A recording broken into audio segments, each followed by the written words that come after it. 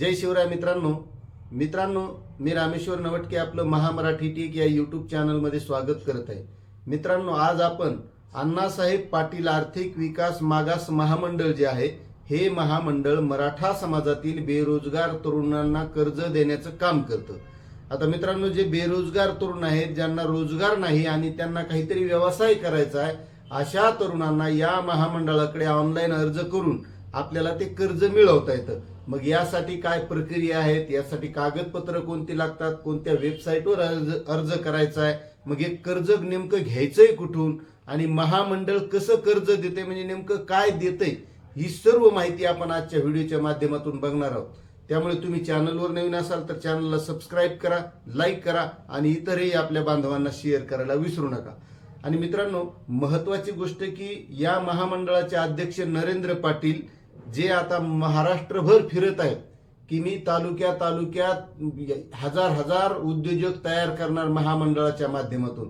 पण मित्रांनो, यामध्ये अडचणी सुद्धा काही आहेत, त्या सर्व आपण या व्हिडिओच्या माध्यमातून बघणार आहोत। मग तुम्हाला जर हे कर्ज घ्यायचं असेल तर तुम्हाला या गोष्टी सुद्धा माहीत असणं गरजेचं आहे, कारण मराठा समाजातील तरुणांचे नुसतेच कागदपत्र जमा करण्यात किंवा ते ऑनलाईन अर्ज भरण्यात कोणाचंही नुकसान होऊ नये आणि शेवटी त्याला कर्जच मिळालं नाही असंही व्हायला नको। मग यामध्ये काय गोष्टी आहेत ह्या सुद्धा प्रत्येकाला माहीत असणं गरजेचं आहे।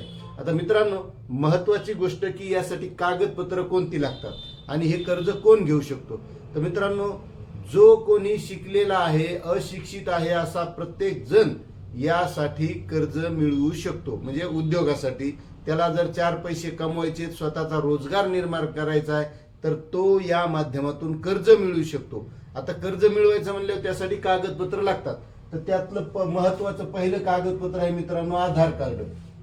आणि आधार कार्ड हे प्रत्येकाकडे आहे, म्हणजे कागदपत्र बाहेरून काय आपल्याला जास्त आणायची गरज नाही, फक्त एकच बाहेरून आणण्याची गरज आहे।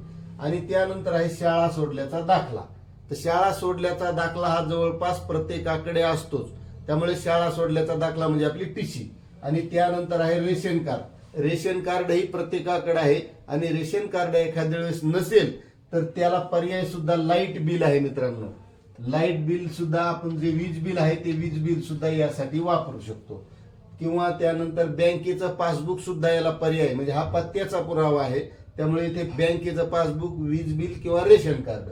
आणि त्यानंतर आहे महत्वाचं की उत्पन्न प्रमाणपत्र। तर उत्पन्न प्रमाणपत्र हे आपल्याला तहसील कार्यालयातून घ्यावं लागतं।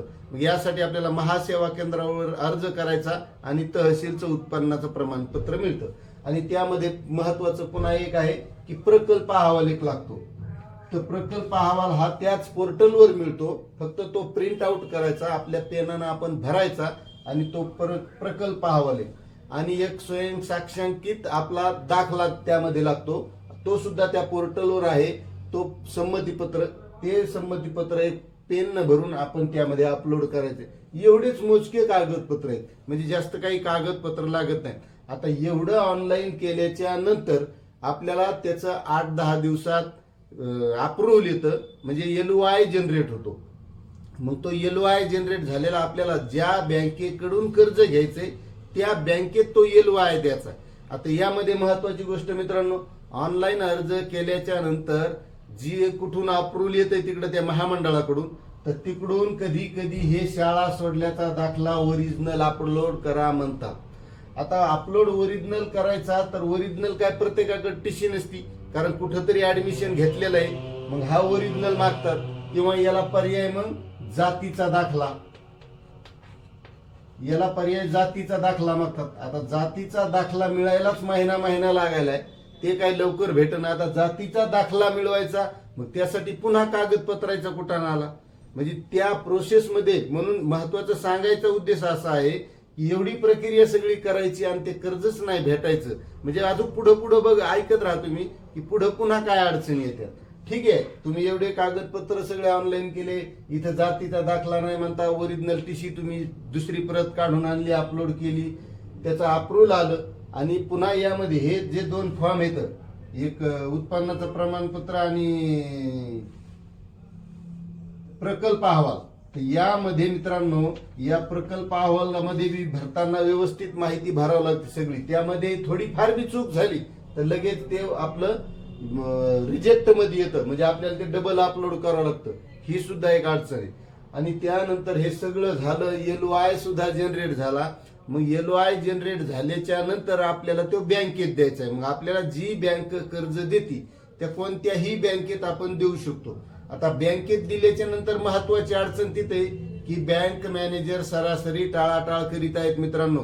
जरी महामंडळाचे अध्यक्ष हे एवढं तालुक्यानं फिरून जरी सांगित असले की मराठा समाजातील तरुणांनी उद्योजक बनण्यासाठी असं कर्ज घ्या, तरी ह्या बँका सहजासहजी द्यायला तयार नाहीत. एक तर त्या सिबिल रिपोर्ट पाहतात, किंवा तुमचं गाव आमच्याकडे दत्तक नाही, आमच्याकडे कोठा संपलेला आहे, किंवा वरी फाईल पाठवू मग आल्यावर भेटन.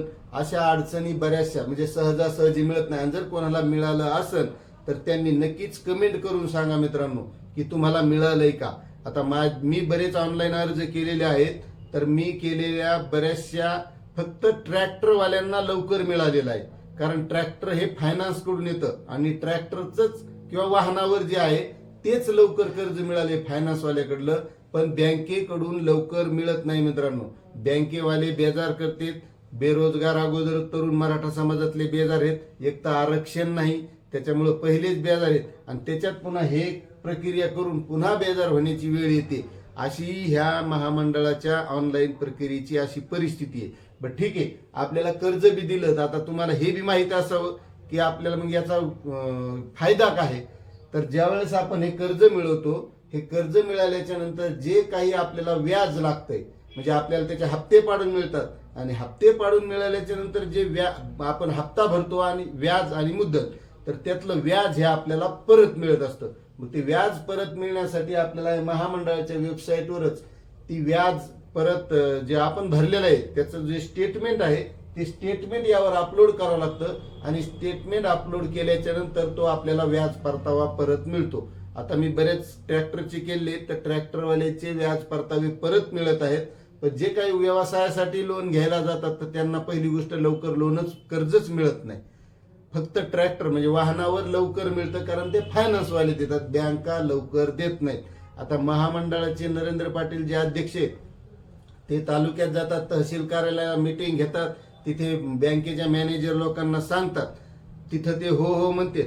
पण ज्या वेळेस कर्ज घ्यायला तरुण बँकेत जातो त्यावेळेस काही लवकर कर्ज मिळत नाही. अशी ही परिस्थिती आहे. त्यामुळे मित्रांनो, हे अशी कर्ज प्रक्रिया आहे. ज्यांना कर्ज घ्यायचं असेल त्यांनी अशा पद्धतीने कागदपत्र करायचे, आणि महामंडळाची महास्वयं ही वेबसाईट आहे, त्या वेबसाईटची लिंक आपल्या डिस्क्रिप्शन मध्ये दिलेली आहे. त्या लिंकवर जाऊन आपण या योजनेसाठी अर्ज करू शकता. प्रक्रिया सोपी आहे, सहज आहे. फक्त घोळ कुठे आहे तर ती बँक लवकर कर्ज देत नाही, हा महत्वाचा घोळ आहे. आणि त्याच्यात बँकेचेही काही कारण असू शकतात, कारण आपण छोटे छोटे क्रॉप लोन घेतो तेच लवकर भरीत नाही, म्हणून बँकेलाही वाटत असेल की हे लोक कर्ज भरत नाहीत, यायला दिल्याच्या नंतर हे काय पुन्हा आपल्याकडे येणार नाहीत, म्हणून टाळाटाळ करीत असतील, तर ते त्यांनाच माहीत. पण जे महामंडळाचे अध्यक्ष नरेंद्र पाटील सांगतात त्या पद्धतीने इतक्या पटकन कर्ज भेटत नाही. अशी परिस्थिती या कर्जाची आहे. जर तुम्हाला करायचं असेल तर डिस्क्रिप्शन मध्ये लिंक आहे, आणि पुन्हा काही जर याबाबत माहिती हवी असेल तर तुम्ही नक्कीच मला कमेंट करून विचारू शकता मित्रांनो. बस थांबतो. जय हिंद, जय महाराष्ट्र, जय किसान.